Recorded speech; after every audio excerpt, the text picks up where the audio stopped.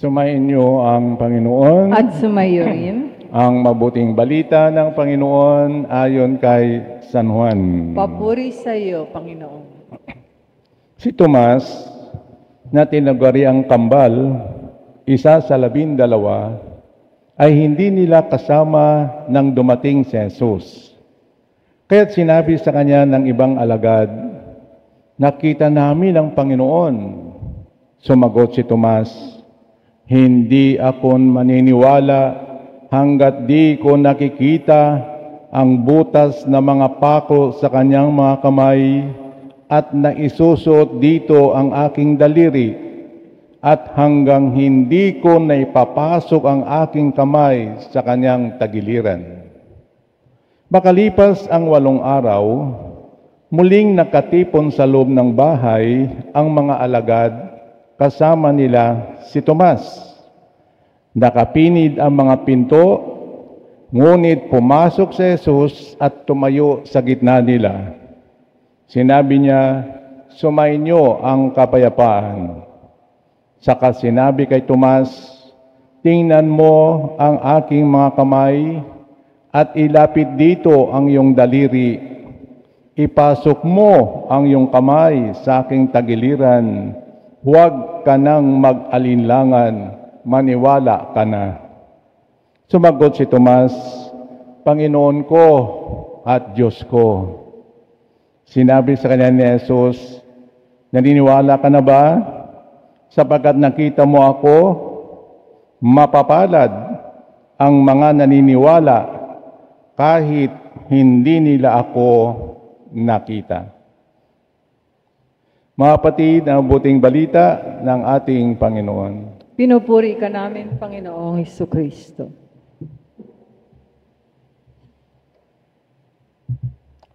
Magandang umaga po sa inyong lahat, mga kapatid. Meron po tayong kasabihan, to see is to believe.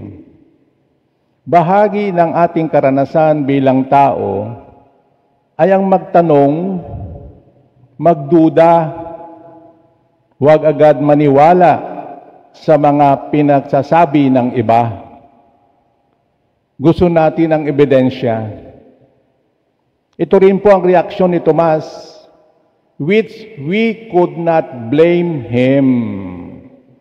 "Hindi ako maniniwala hanggat di ko nakikita ang butas ng mga pako sa kanyang mga kamay at naisusot dito ang aking daliri at hanggat hindi ko naipapasok ang aking kamay sa kanyang tagiliran." Makalipas ang 8 araw, muling nagpakita si Jesus sa mga alagad at naroon si Tomas. Anong sabi ni Jesus kay Tomas? "Tingnan mo ang aking mga kamay at ilapit dito ang iyong daliri." Ipinasok ba ni Tomas ang kanyang daliri? Hindi, mga kapatid. Bakit? Sapat na nang nakita ni Tomas si Jesus na muling nabuhay. Sa halip, anong sinabi ni Tomas? "Panginoon ko at Diyos ko." Sa kakulangan ng pananampalataya, tumitingin si Tomas sa mata ng isip. Ngunit nang makita ni Tomas ang muling nabuhay na si Jesus, nagsimulang tumingin si Tomas sa mata ng pananampalataya at ng kanyang puso. Sabi nga ng Panginoon, "Walk with faith, not with sight." Mga kapatid, maraming paraan kung paano tayo naniniwala. Amen? Naniniwala tayo saan? Una, sa nakikita. To see is to believe. And yet, when you see it, you don't believe. At yung iba naman, kahit walang nakikita, walang ebidensya, naniniwala. Ito yung pangalawa. Una, naniniwala tayo sa nakikita. Uy, Helena Luwa. Bakit ko lata baywalk?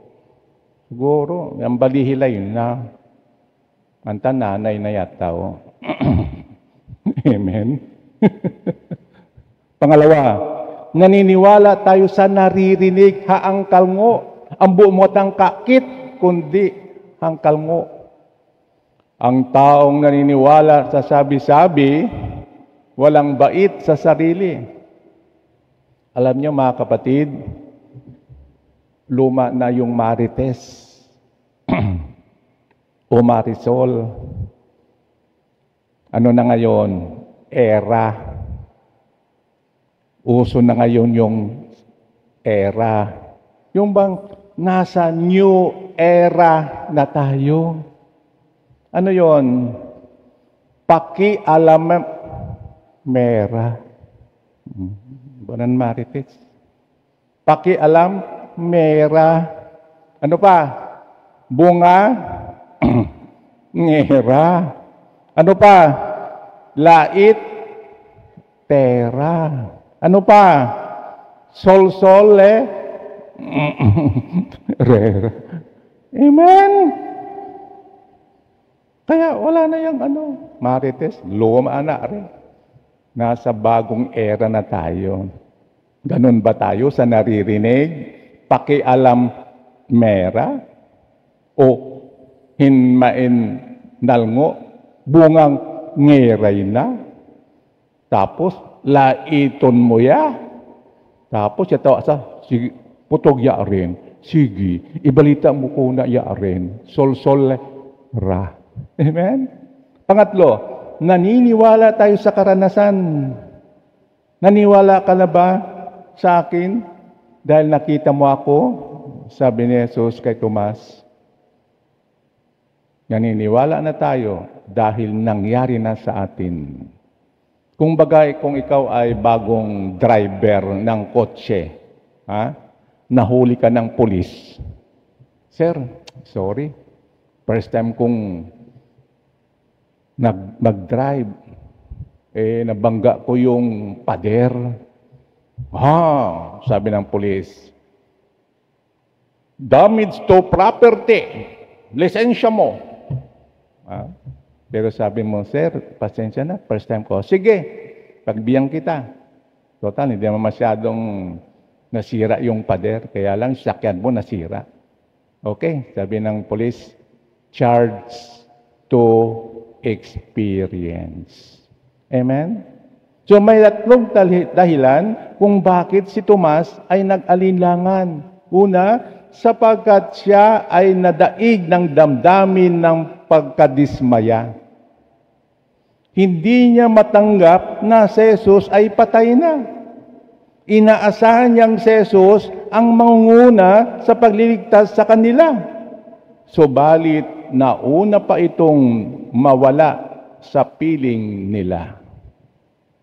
Hindi niya matanggap na wala si Jesus. Umaasa siya na siya ang kanilang tagapagligtas. So we could not blame him. Second, humiwalay siya sa mga kasamahan niya. Minabuti niyang mapag-isa, taglay ang damdamin ng kawalang pag-asa at tiwala sa iba. Humiwalay siya sa grupo. Para bagang ang buhay ay walang pag-asa. Pangatlo, hindi kapanimaniwala ang pahayag ng kanyang mga kasama. Sinasabi ng mga alagad na buhay si Jesus, ngunit masasalamin naman sa mga mukha ng mga alagad ang takot at lungkot. Nung ibinalita nila na si Jesus ay muling nabuhay.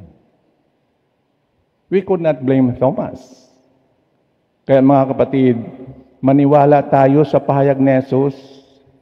Bagamat hindi natin nakita si Jesus personal na muling nabuhay, naniniwala pa rin tayo sa sinabi niya, mapapalad ang mga naniniwala kahit hindi nila ako nakita. Sino yon? Tayo. Huwag natin gamitin yung mata ng isip, kundi ang gamitin natin mata ng pananampalataya. at mata ng puso. Let us walk with faith, not walk with sights. Psalms 118. Don't trust in princes and kings, just trust in the Lord. Kaya mga kapatid, kapag itinaas ni Father yung big host, huwag tayong nakayuko, huwag tayong nakapikit, at huwag tayong matulog. Kaya nga tinataas, bigaw bilyon. Amen? Tinataas ni Father ang big host para ipakita sa inyo at anong sasabihin natin habang itinataas ni Father ang big host.